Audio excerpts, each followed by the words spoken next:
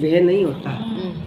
सेवक को स्वामी ने जिस काम के लिए नियुक्त किया है जब तक उसमें शक्ति है किए जाए, और जब कार्य करने की शक्ति न रहे तो स्वामी से निवेदन कर दे, उसी समय वह ऋण हो जाता है और उसे कोई दोष स्वामी का कार्य करने का नहीं लग सकता। अपना कृत्य कार्य करने में प्राणियों को कोई दोष नहीं लगता। हे यम, जब तुम इस कार्य के करने में असमर्थ हो तो तुम्हारा क्या दोष है। जब ब्रह्मा जी ने ऐसा कहा तो यम अत्यंत दुखी होकर अस्वीकार करने लगा तथा अत्यंत दीन वाणी से बोला कि हे पिता, मैं आपकी सेवा से मुझको सब कुछ मिल गया है, परंतु अब मुझे अपने काम पर जाने की तब तक इच्छा नहीं जब तक भूमंडल पर यह राजा राज्य करता है। भाई बर तो पाप कराई कौन मैं लियाऊं कि नहीं, कतन क्या को दोष लगा है भी तू तेरे बैठो रे बताएगा। बिरमा जी के तू बैठो रे, तन कोई नया लफ्ज है तो बैठो रे कह जन कहिए तो मैं कुकर बैठो रहूं कि काम करूं मैं बढ़ जागे। जन का वो राजा दी तो रे सीता तो मन कोई लान और लद्यो कोई। आपकी सेवा मुझको सब कुछ मिल गया, परंतु अब मुझे अपने काम पर जाने की तब तक इच्छा नहीं है जब तक भूमंडल पर यह राजा राज्य करता है। जब तक इस राजा को इस कार्य से मैं चलायमान नहीं कर देता मुझको विश्राम प्राप्त नहीं हो सकता। आप मेरे इस कार्य को सिद्ध कर दीजिए तभी मैं फिर शासन कर सकता हूँ। यम की यह बात सुनकर ब्रह्मा जी सोच में पड़ गए। थोड़ी देर विचार करके ब्रह्मा जब यम को समझाते बोले कि हे यम, इस वैष्णव धर्म में प्राण राजा का निग्रह तू नहीं कर सकता, तू भी कौन मिटा सका धर्म पालन का। और यदि क्रोध अवश्य तू नहीं मानता तो विष्णु भगवान के पास चलते हैं, जैसे वह आज्ञा करेंगे वैसा ही करेंगे,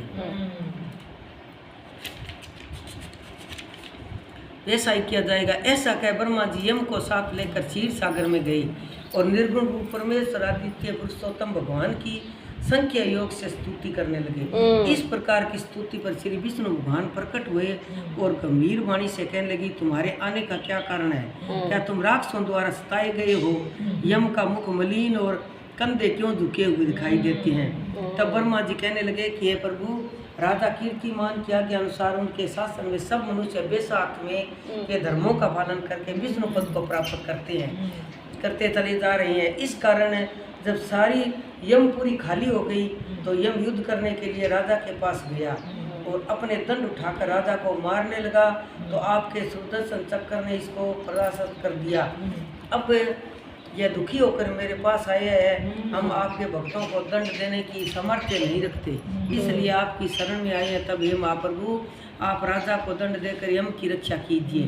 ब्रह्मा जी की यह वार्ता सुनकर भगवान कुछ हंसकर कहने लगे कि हे ब्रह्मा जी तथा यम, मैं लक्ष्मी जी अपनी देह और प्राण भी त्याग सकता हूँ। श्री वत्स कौस्तुभ मणि तथा वैजंती माला का त्याग कर सकता हूँ। सवेद दीप वैकुंठ और क्षीर सागर गरुड़ और शेष को भी छोड़ सकता हूँ, पर तो अपने भक्तों को नहीं छोड़ सकता। आप ही सोचिए, जिन्होंने मेरे लिए सर्वस्व त्याग दिया है और अपनी आत्मा मुझ में ही लगा दी है, मैं उनको कैसे त्याग सकता हूँ? फिर भी ये यम, मैं तेरे दुख को दूर करने का उपाय बतलाता हूँ। इस राजा की आयु मैंने 10,000 वर्ष कर दी है, जिससे 8,000 वर्ष बीत चुके हैं। अब 2,000 वर्ष की आयु और भोग कर वह मेरी समुझ मुक्ति को प्राप्त होगा। तब वेद नाम का एक राजा बड़ा दुराचारी होगा और सब वेदों व धर्मों को नष्ट कर देगा। वैशाख धर्म भी लोप हो जाएंगे। फिर मैं पृथ्वी का अवतार लेकर पुनः धर्म की स्थापना करूंगा और वैशाख धर्म की मनुष्यों से कराऊंगा।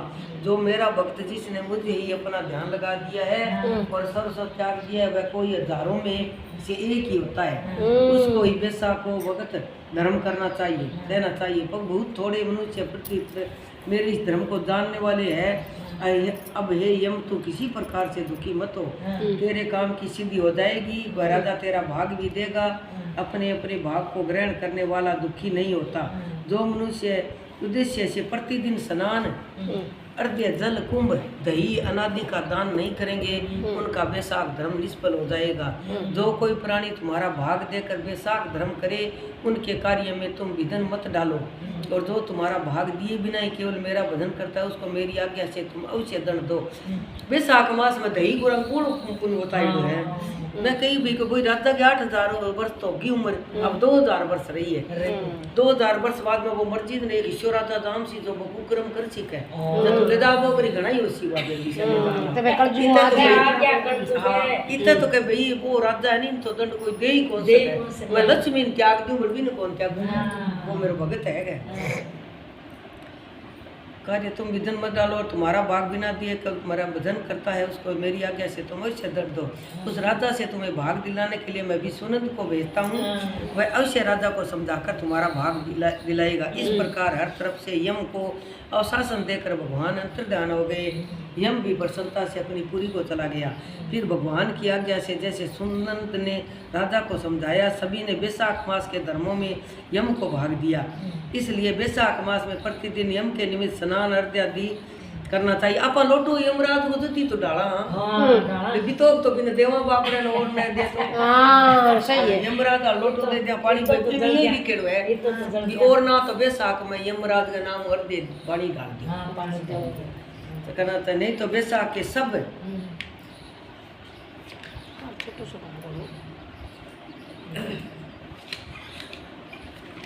सब कर्म निष्फल हो जाते। यमराज को लोटो नहीं डाला तो वैशाख वाला धर्म करेगा सारा तो अंतर है। वैशाख की पूर्णिमा को सबसे पहले यमराज के निमित्त जल का घड़ा दही तथा अन्न दान करना चाहिए। फिर पितरों और गुरु के निमित्त, उसके पश्चात भगवान के निमित्त शीतल जल दही अन्न तांबूल दक्षिणा और फल कांस्य के पात्र में रखकर भगवान के अर्पण करे। इस प्रकार राजा अपनी पूरी आयु को भोग कर अपने पुत्र पौत्रादि समेत वैकुंठ को चला गया। जब वह राजा वैकुंठ को चला गया तो वेन नाम का महापापी और नीच राजा हुआ। उसने सब धर्मों तथा वैशाख के धर्मों को भी लोप कर दिया। फिर राजा गोदाम भी हुआ दूसरा वैशाख को महत्व है सुनियो। हाँ ये वो तो उठ चीज लारू आज ही है शेर जन्म के लिए वो देखो तो लाइन बता बेड़ो भोलेनाथ के